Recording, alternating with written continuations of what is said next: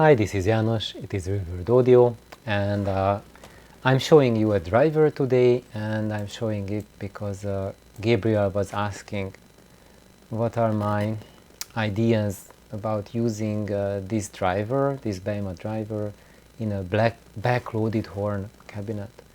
And so let's have a look at this driver, and I share my impressions, what I think would be the best cabinet for this driver. And as you see, this is a quite large, big loudspeaker.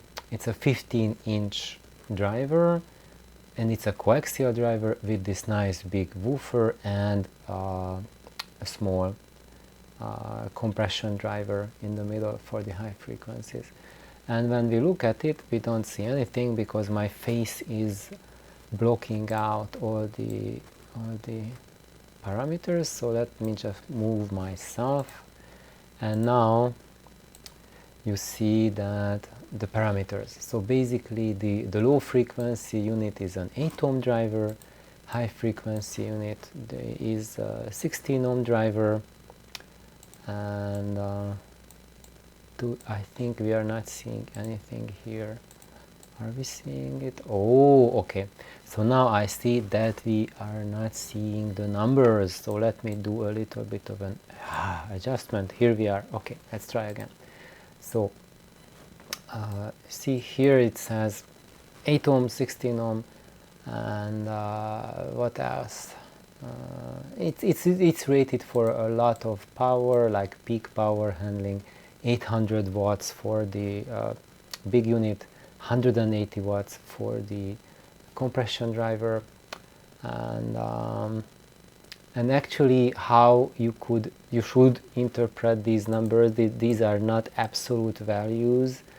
A lot depends on what kind of crossover we are using on them, and especially on the compression driver, on the tweeter, the high frequency unit, because for the high frequency unit, for compression drivers, for these horns, the limit is not actually just the power delivery by itself, which is usually by the voice coil and how much heat it can dissipate. Of course, it's a hard limit.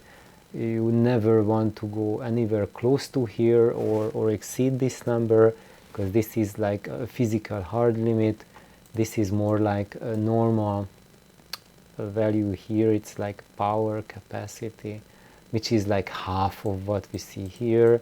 So if you want to design for really high power, really high sound pressure level, use these numbers, the 400 and the 90, and just think that that's something that you plan on as the maximum, and you still have a bit of a headroom. But usually you don't want to go anywhere near these numbers. You want to keep it much lower than that, because when you are pushing the driver really close to its peak, to its limits, it's going to show up the nasties and going to show problems. And more about the wattage for the compression driver is that this number, when they give it, it's for at the recommended crossover value. So at recommended crossover value is 1.5 kilohertz and second order 12 dB per octave slope minimum. So that's the recommendation. It means that either second order or third order. But if you want, you can either go like first order or keep second order or third order, but at a lower frequency. And if you choose these, so either you lower the order of the crossover or you lower the crossover frequency, then you also have to lower the maximum power that the compression driver will receive. And that's because the hard limit on the compression driver, on the diaphragm, which is somewhere down here, is the excursion. What excursion this diaphragm can make, which is on the order of a millimeter or less. So like that's the max that the diaphragm travels for the tweeter. it's 1 millimeter, that range. And if you want to make lower sounds, then the diaphragm has to travel much more. So it means, but we have to keep the excursion to the same, to that same number. So that's why we have to drop the power that it seems. And I'm going to give a recommendation on that, what to try it, what would be a most optimal thing with this driver. And let's go back to the sensitivity, which it says 98 dB per blah blah volt per meter for the woofer, and 105 per meter for the compression driver. And it gives that 2.83 volts scale, which is a bogus thing in my view.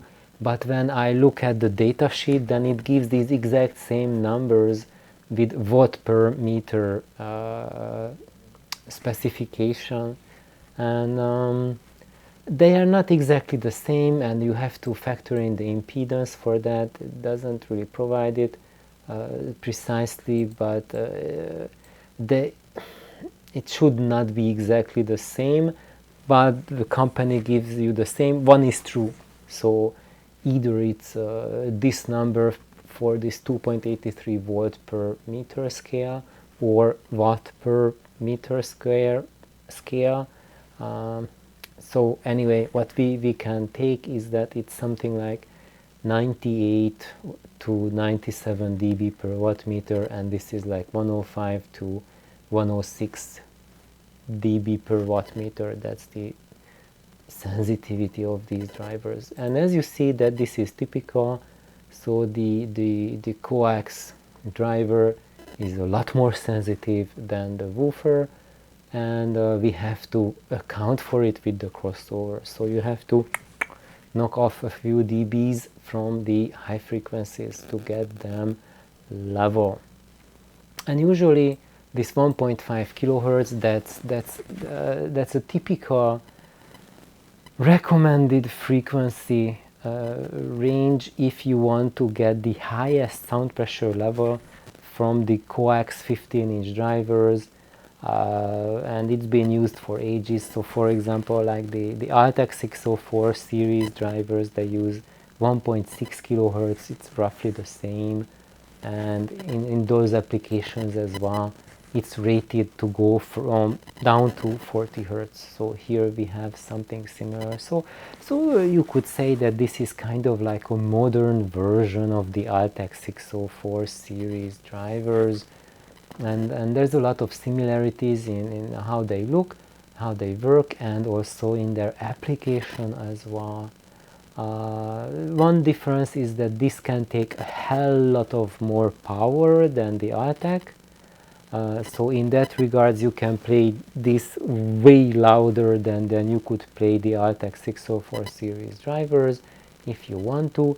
But if it's in your living room or bedroom, then even an Altec 604 is just ridiculously louder than anything a sane human being should be listening to at volumes.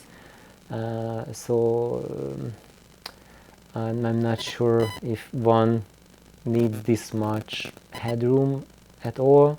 Of course, if you want like Nirvana concerts at 130 dB in your living room, then yeah, this is what you need. But for normal listening, you will probably go for like the 70 dB normal volume levels.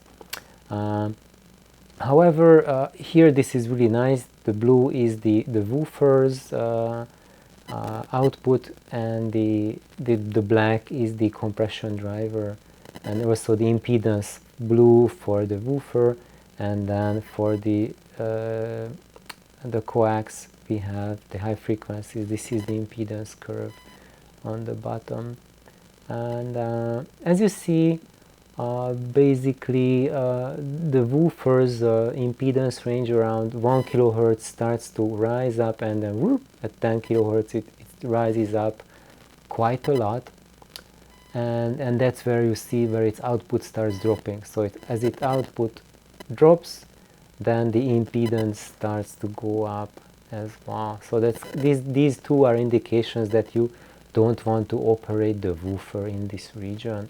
And this is it, like 1.5 kilohertz, where the arrow is pointing, or the green finger is pointing, is where they recommend you to cross over your drivers at, and it does make sense because this is also the frequency where you have the this first impedance peak for the tweeter, for the high frequency driver.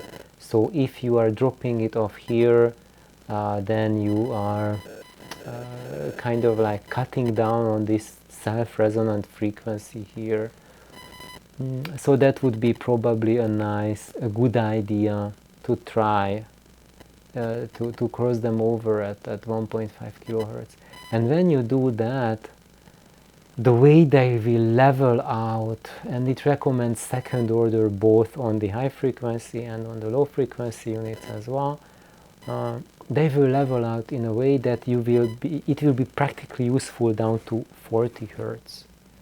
And if you want lower frequency extension, you can get quite a lot lower than 40 hertz out of it, and then you have to cross it over much lower. And I would say probably from this driver, the theoretical limit where you can cross is around here, because you see this is here, where this is like 600 hertz, and it's at 600 hertz where the compression driver, the output starts falling below that a lot. So here you already want to cross it over, and you cross it over here, it will work really well into your crossover, so it will just fall off really nicely, really well. And then so my recommendation would be for maximum, if that's your goal, to have go it as low as it possibly can, then use the compression driver second order crossover at 600 hertz, and for the low frequency unit I would try 400 hertz first order. Yes, you heard me right. First order crossover at 400 hertz, or you can try second order at 450, and see which one works best. And I can't predict which will be the most the best sounding. It totally depends on the driver, how well, oops, what's happening, so how well this driver,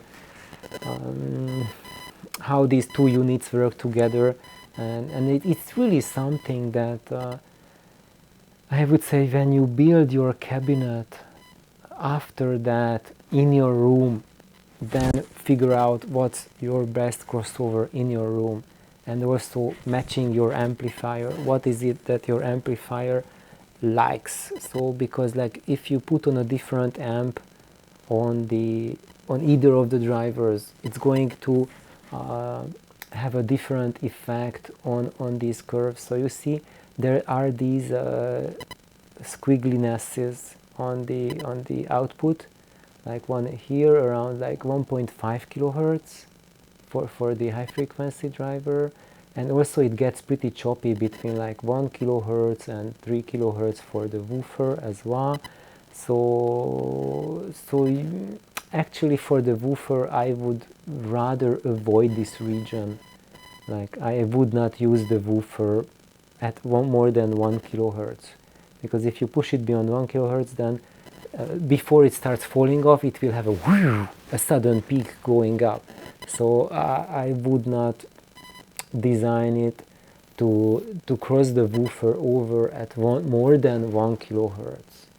But then the problem is, which will be your ultimate limiter, is the high frequency unit, because here there's a really big notch in the output. So maybe this will sound really nasty if you leave it, and if you try to cross it at 600 hertz, maybe that will cause an unevenness that will make the sound really not acceptable because it's smack in the mid-range where your hearing is the most sensitive, and it would show up as a roughness and an unevenness.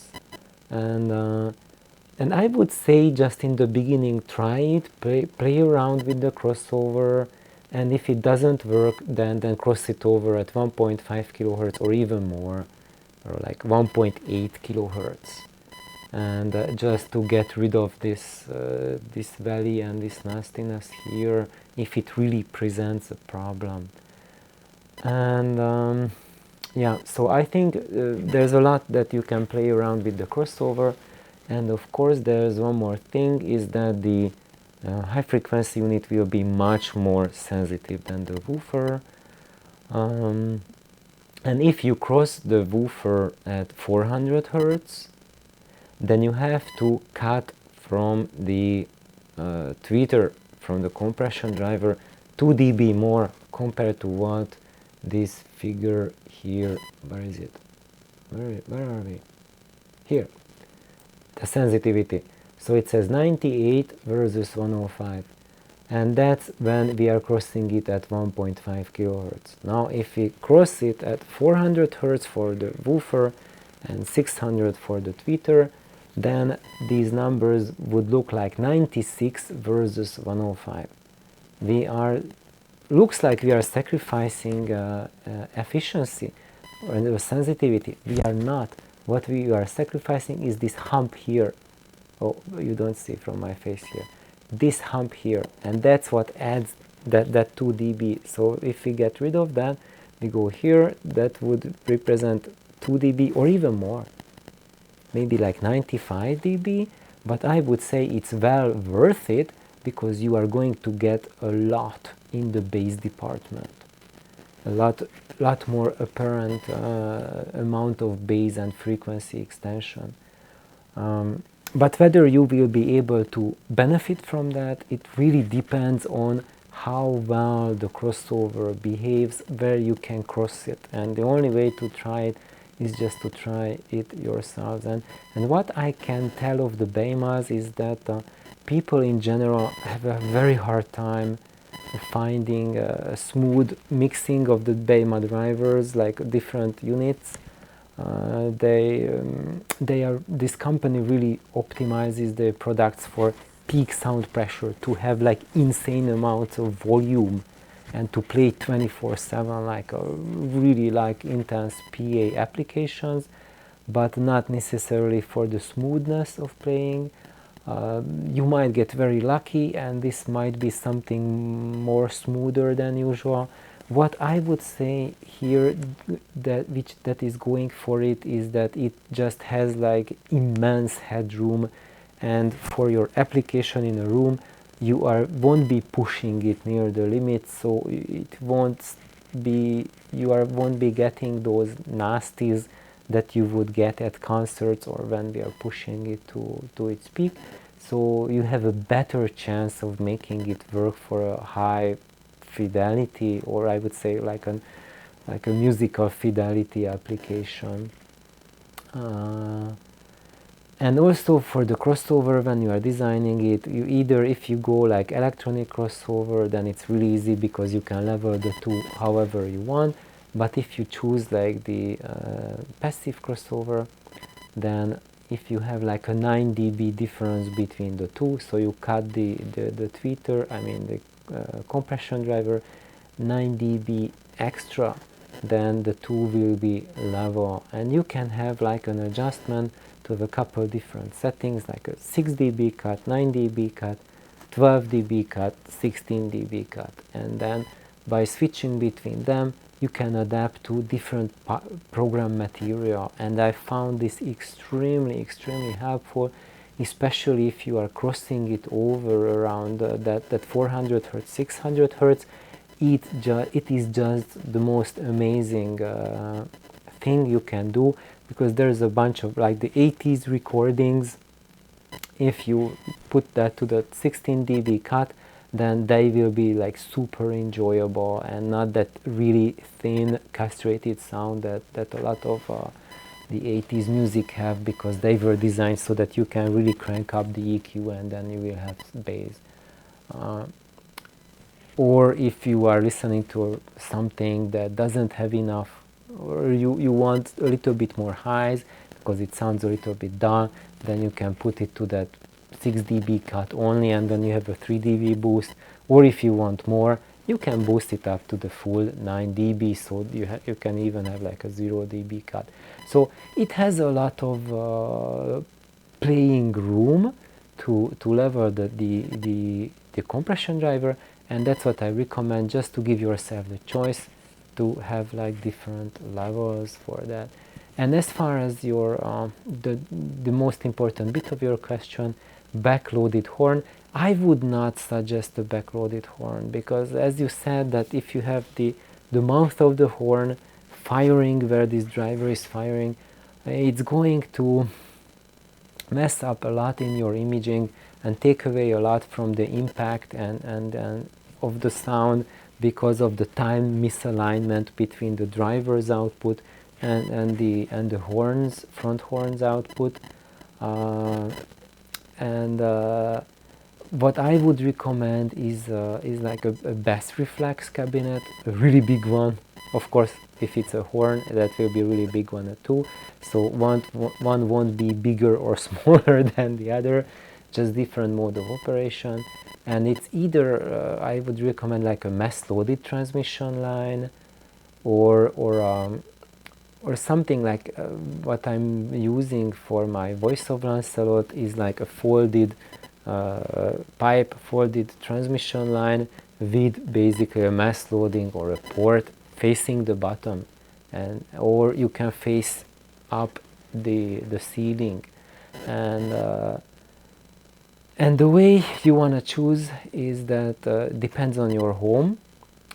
You want to face it up or down based on which is more solid construction. If you have a really solid floor but a really weak ceiling, let's say you have like a stone floor or a concrete floor with like laminate flooring on it, and you have like a wooden ceiling, then you want to fire it down on the stone floor, fire down the bass. And because if you have like a more flimsier roof, like just wooden construction, then the bass frequencies fire that it will make it bounce and probably even start playing some music on their own.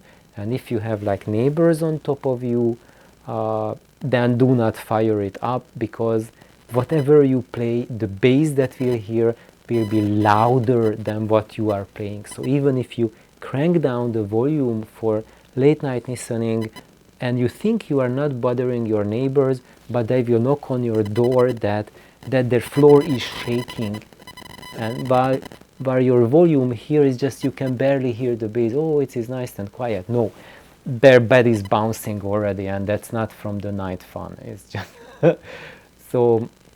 so that's one aspect. Or if you are living like on the second floor or somewhere higher and you have finicky neighbors living underneath you, then don't fire the port down, because then you will have the same problem. They will think the end of the world is coming whenever you put on a Neil Peart jam. So that's about it. That's my recommendation. A really large bass reflex cabinet in the order of 200 liters to 250 liters free air volume. That's what I recommend. And then you can play around with the crossover to find the smoothest point, which will be somewhere between 2 kilohertz to 600 hertz for the high frequency driver. And for the woofer, you want to keep it a little lower where the cutoff frequency starts compared to the compression driver, but it's going to be a little finicky here, because if you push it higher, then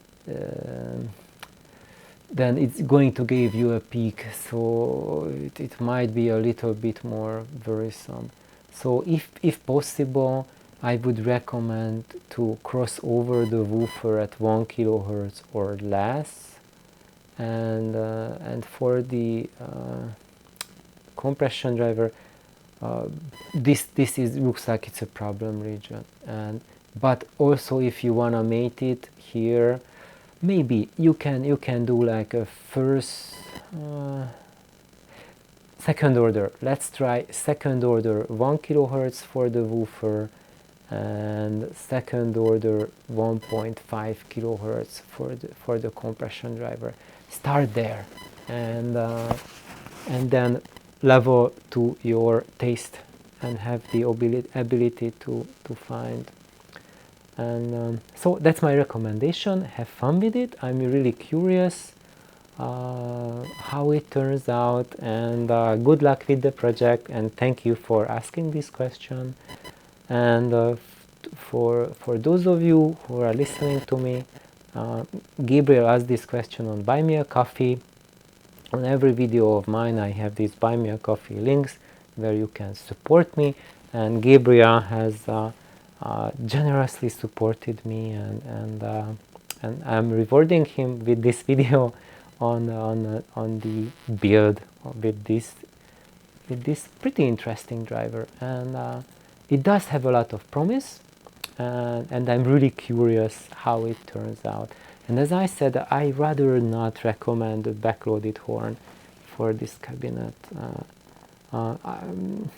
Yeah, I think bass reflex would work a little bit better. If you want to extend the frequency as low as possible, then the bass reflex cabinet or mass loaded transmission line is the best priority. Also, you will be much more free with loudspeaker placement. If you want to build a backloaded horn, then maybe you can do something like the big Klipsch horn and make it work into the corner, and then use it as to amplify the sensitivity of the woofer, to keep the overall sensitivity of the cabinet at 105 dB.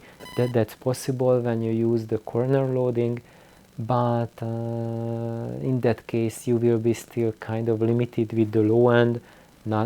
You won't be able to bring it much lower than 40 Hertz, but that's still generous enough. And if you can get like 105 dB sensitivity out of it, that's still exceptional. So these are the two alternatives.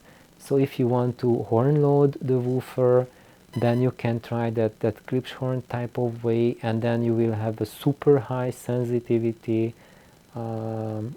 but with limitations as far as how low it goes, and limitations on the imaging side, and it will be much harder to level with the compression driver. Actually, it will be easier to level because the woofer unit will be much more sensitive, but you will notice that you will have less leeway to play around with how you can match the two together. Yeah, so have fun, and I hope this video was useful. Bye bye.